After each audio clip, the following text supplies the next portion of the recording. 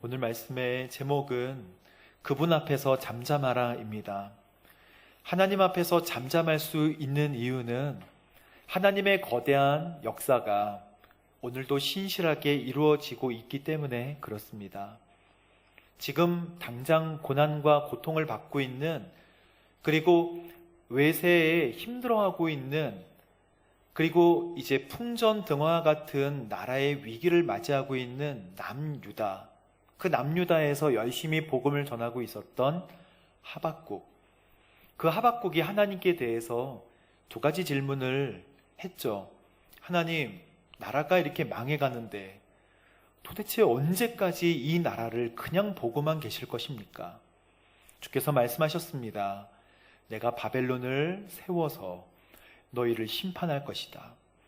하박국은 마음에 어려움이 생겼습니다. 하나님, 하나님의 선하심과 인자하심에 맞지 않는 것 같습니다. 하나님은 선하신 분인데 어떻게 악한 나라 바벨론을 통해서 심판하십니까? 이것이 두 번째 질문이죠. 하나님은 바벨론을 통해서 이제 심판을 하시는 그 당위성에 대해서 말씀해 주세요. 우리는 그 모습만 보면 이해할 수 없지만 하나님께서 말씀하십니다. 의인은 그 믿음으로 말미암아 살 거야. 그러니까 이 말씀은 환경과는 관계없어. 지금 어려운 환경이라 하여도 믿음을 가지고 사는 사람, 의인, 즉 우리 이 시대로는 예수 그리스도를 나의 구주 나의 하나님으로 믿고 주님께서 다시 오실 것을 기대하는 소망의 사람은 그 환경과 관계없이 그의 믿음으로 말미암아 구원을 얻을 거야 라는 메시지를 오늘 주시는 것입니다. 그리고 나서 하나님은 덧붙여서 하박국에게 설명하시는데, 바벨론은 말이야 이렇게 망할 거야 라고 하시는 말씀이 오늘 말씀입니다. 바벨론은 이렇게 망해갈 거야. 그가 취한 부당한 이득과 그가 취한 악독한 일들의 심판을 받을 것이야. 그러니 염려하지 마. 하나님의 뜻은 이루어질 거야 라고 하시는 하나님의 말씀이 오늘 본문입니다. 오늘 본문은 그래서 심판에 관한 말씀들로만 구성이 되어 있습니다. 5절과 6절 말씀을 함께 보도록 하겠습니다. 시작. 포도주는 사람을 속인다. 거만한 사람은 가만히 있지 못한다. 무덤에서 목구멍을 넓게 열고 있는 그는 마치 죽음과 같아서 결코 만족함을 모른다. 그는 모든 나라들을 자기에게로 모으고 모든 백성들을 자기의 것으로 만들지만, 이 말씀은 이 포도주는 부유한 재산을 의미하는 것이죠. 그리고 부유한 재산으로 교만하게 된 바벨론은 그 목구멍이 큰 것과 같이 만족함을 모르고 이웃 국가들을 쓸어 담지만 결국 어떻게 된다고요? 6절 말씀 시작. 이들 모두가 그를 속담거리로 삼고 그에 대해 풍자와 비유를 말하지 않겠느냐. 이거 하나님께서 하박국에게 하신 말씀입니다. 그리고 화 있을 것이다. 자기 소유가 아닌 것으로 부여하게 된 사람아, 이런 일이 얼마나 더 계속되겠는가. 계속되지 않고 금방 사라진다. 주께서 말씀하십니다. 하나님께서는 바벨론을 향하여서 안개와 같이, 바람과 같이 금방 사라진다라고 말씀을 하십니다. 그때가 언제고 그 시기가 얼마나 됩니까? 라고 물어봤을 때 하나님께서는 예레미야 선지자를 통해서 70년이라고 말씀해 주셨어요. 우리는 저 거대한 바벨론이 언제 망할지, 그리고 언제 무너질지 상상할 수 없지만 하나님은 하나님의 시간에, 하나님의 때에 그 일을 이루어 주시는 줄로 믿습니다. 그래서 첫 번째 우리가 하나님의 말씀을 통해 알 수 있는 것은 하나님은 하나님의 시간에 심판하신다라는 것입니다. 하박국이 지금 하나님 앞에 서 있을 때는 하나님 도대체 언제 그 일을 이루시겠습니까? 게다가 바벨론을 통해서 그 일을 이루시는 것은 정말 마음에 안 듭니다 라고 이야기했잖아요. 하나님이 그 얘기를 듣고 생각하시는 분이 아니세요. 하나님이 그 얘기를 듣고 답변은 하시지만 우리와 같이 시간을 그냥 흘려보내시는 분이 아니시라는 것입니다. 하나님의 완전성을 생각해 보십시오. 하나님이 모든 것을 다 아시는 줄로 믿습니다. 그리고 하나님께서 어느 공간에나 다 계시는 줄로 믿습니다. 이게 하나님의 편재성이고 하나님의 전지전능함이잖아요. 그러면 시간에 있어서는 어떻습니까? 시간에 있어서 내가 시간을 놓쳤구나 라고 하는 한치의 오차도 하나님께는 없으십니다. 1초라도 하나하나가 완벽하게 이루어지고 있는 줄로 믿습니다. 바벨론은 이렇게 거대한데 어떻게 하나님께서 바벨론을 무너뜨린단 말입니까? 이런 의심이 들 수도 있죠. 그러나 여러분, 다니엘서 5장을 보십시오. 어떤 일이 일어나고 있는가? 바벨론은 총 7명의 왕이 있다고 말씀드렸습니다. 그 중에 마지막 왕이 벨사살 왕인데, 자기 아버지 느부갓네살 왕이 이 예루살렘에 쳐들어와서 그 성전에 있는 기물들을 다 가지고 바벨론으로 가져가서 창고에 넣어놨거든요. 벨사살 왕 그 아들은 좋다고 술잔치를 벌이고 있었습니다. 그 술잔치를 벌일 때 한두 명 온 게 아니라 1000명씩이나 되는 사람들과 함께 술잔치를 벌입니다. 벨사살 왕이 술잔치를 벌이다가 어느 날 흥에 겨워서 이 신하들에게 이야기합니다. 여봐라, 창고에 있는 금잔과 은잔들을 다 가져오도록 하여라. 사람들이 왜 금잔과 은잔을 가져오라고 하시나요? 그 금잔과 은잔에 내가 술을 담아 마셔야겠다. 성전에서 가져온 물품들은 성물이거든요. 하나님께 거룩하게 구별되어서 바쳐진 성물들입니다. 성물은 레위 자손 중에서도 구별된 자손들만 만질 수 있었어요. 그런 성물에다가 술을 담아서 탐욕스럽게 마시는 모습을 하나님께서는 그냥 두셨을까요? 술을 마시다 보니까 벽에 손가락으로 글씨가 쓰여지는데 메네메네 데겔 우바르신이라고 쓰여지는 거예요. 벨사살 왕이 이것을 보고 깜짝 놀랍니다. 아니, 어떻게 이런 일이? 도대체 뭔지는 모르겠지만 심판에 대한 메시지라는 것을 직감할 수 있었습니다. 그래서 벨사살 왕이 다리를 떨었는데 이 두 다리에 무릎이 부딪힐 정도로 떨었다 그랬어요. 답답하고 가슴이 내려앉고 얼어 있으면서 다리가 부딪히면서 떠니까 하나님의 공포, 하나님의 심판이 다가왔다는 것을 알고 주술사들을 부릅니다. 점성술가들을 불러요. 도대체 이것이 무엇인지를 해석해봐라. 아무도 해석할 수 없습니다. 아무도 여기에 대해서 답변을 내놓지 못하는데 벨사살 왕의 어머니가 이야기를 해줘요. 너희 아버지, 왕의 아버지 느부갓네살 왕 때 환상을 해석했던 아주 하나님의 사람, 귀한 하나님의 사람이 있는데 그 사람 누구예요? 다니엘입니다.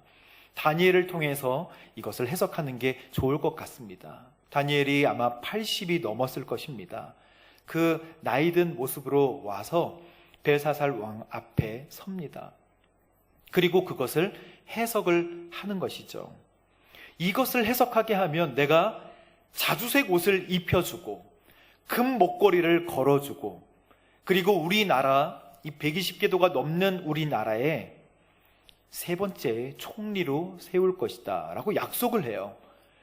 그리고 나서 다니엘에게 이야기하니까 그 모든 것들 필요 없습니다. 다른 사람에게나 주십시오 하고 해석을 합니다. 메네는 하나님께서 왕의 나라의 시간을 재어보니까 이미 끝났습니다 라는 뜻입니다. 메네. 그 데켈은 무엇입니까? 데켈은 왕을 하나님께서 저울로 달아보니 그 무게가 모자란다는 뜻입니다. 그러면 파레스라는 말은 무엇입니까? 왕의 나라가 나뉘어서 메대와 파사 사람들이 나눠 가질 것입니다. 이런 뜻이에요. 그렇게 단번에 이 문장들을 해석을 합니다. 벽에 쓰여진 그 문장을 해석하니까 벨사살 왕이 말 그대로, 약속한 그대로 자주색 옷을 입히고 금목걸이를 걸려주고 그리고 이 나라에서 넘버 3로 세웁니다. 그리고 그날 저녁에 벨사살 왕은 살해를 당해요. 하나님의 약속은 우리가 보지 못할 뿐이지 지금도 신실하게 이루어지고 있는 줄로 믿습니다. 하나님 마음은 뭐예요? 땅끝까지 이르러 복음의 증인되라.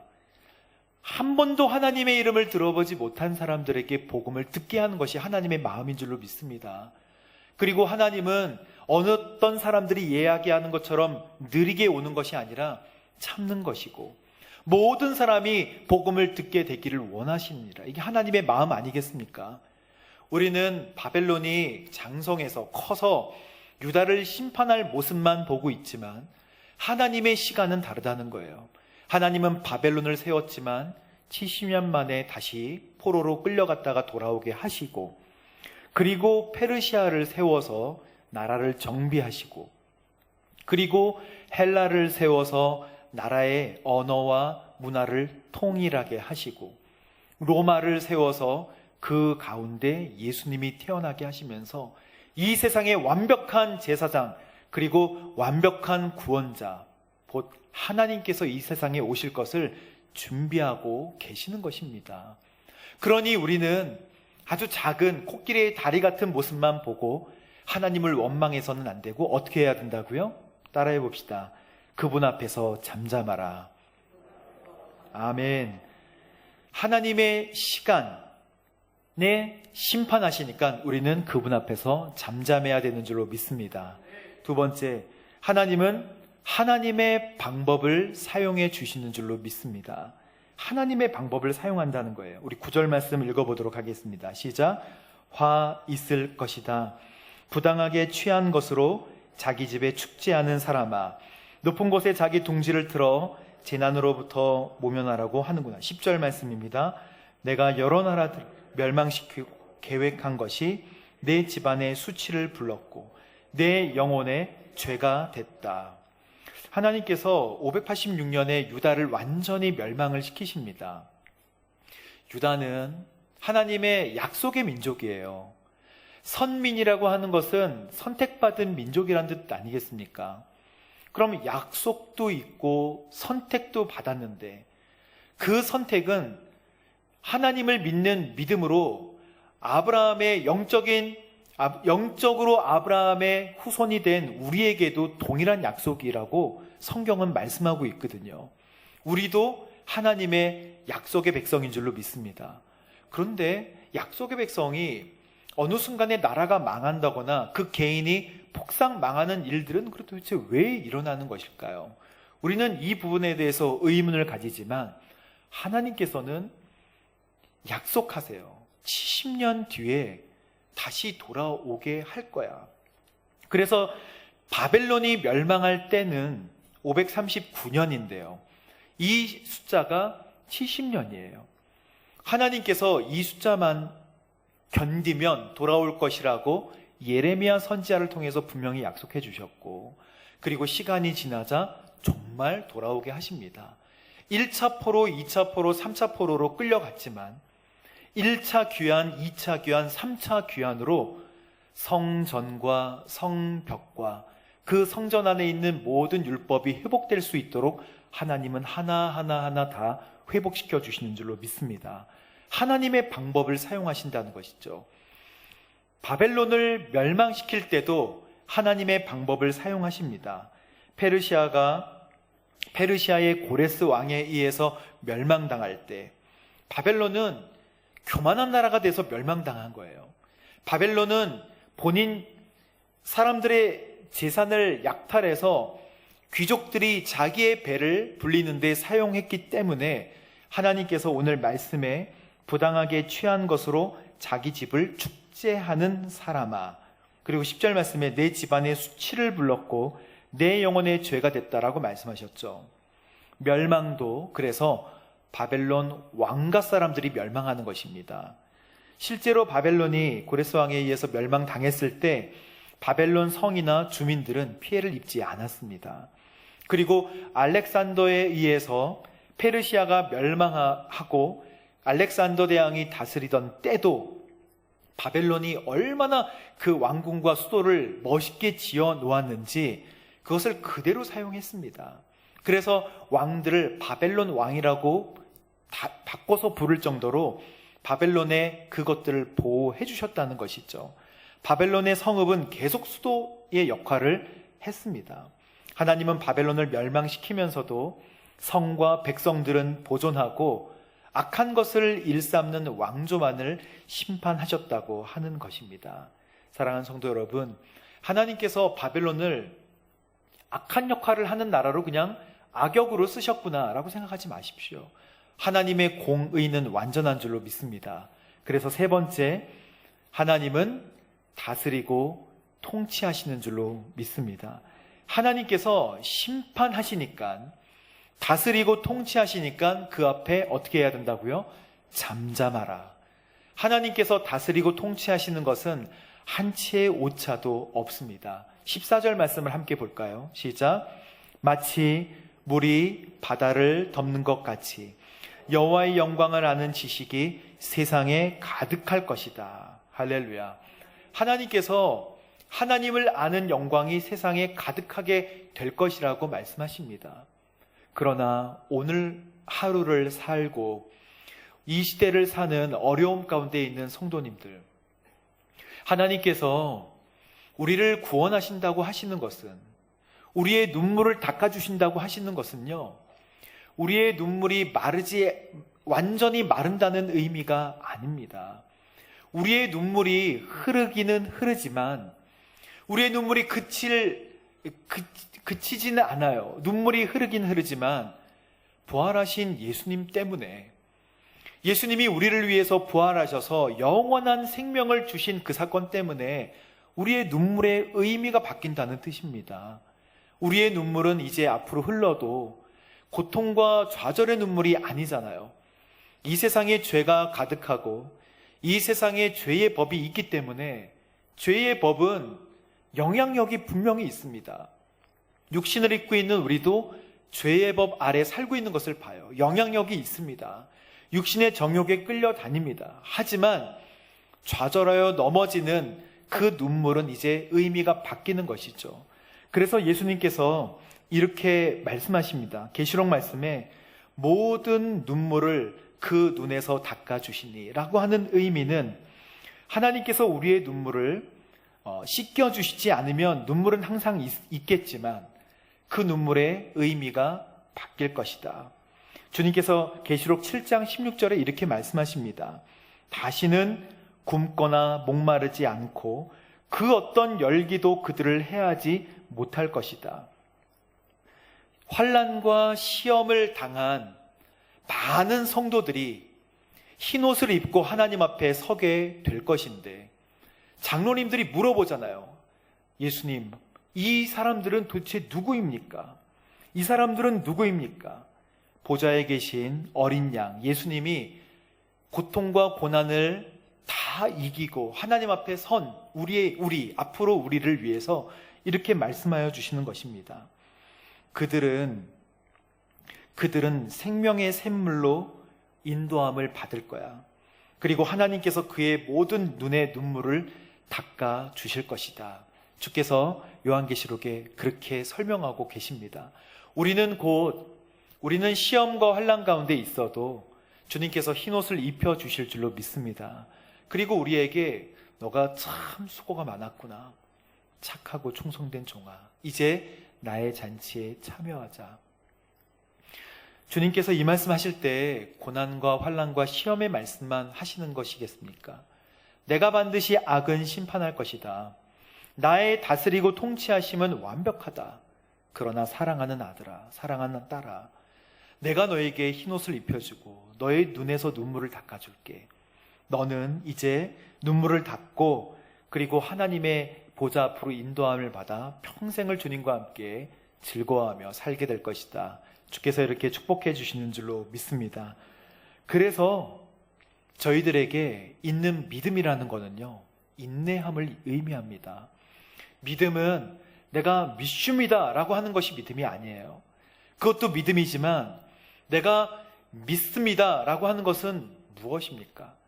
내가 지금 나의 모습이 어렵고 나의 환경이 그래도 하나님께서는 신실한 것을 내가 믿습니다, 이거죠.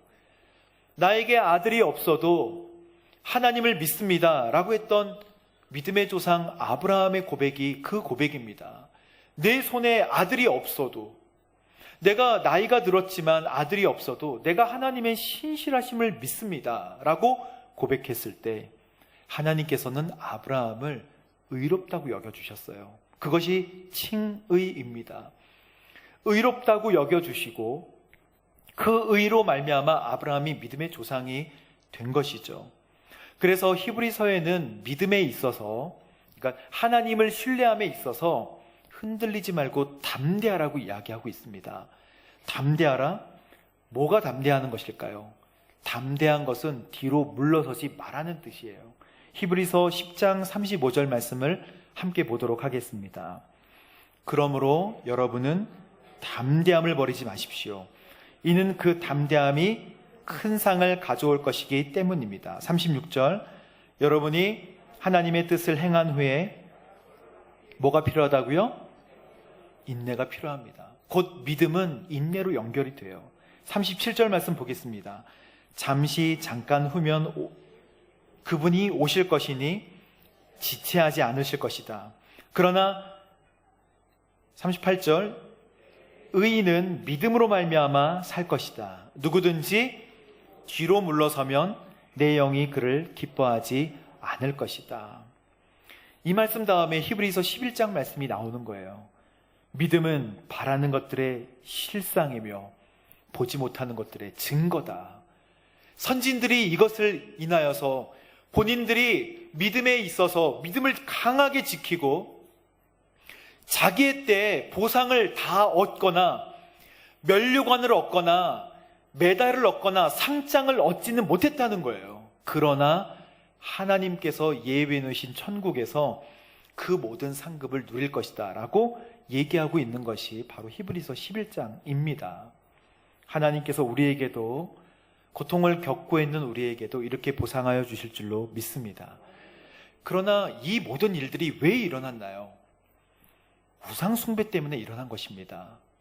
하나님 없이도 살아갈 수 있다고 하는 것이 교만이고 그게 우상이라고 말씀드렸죠.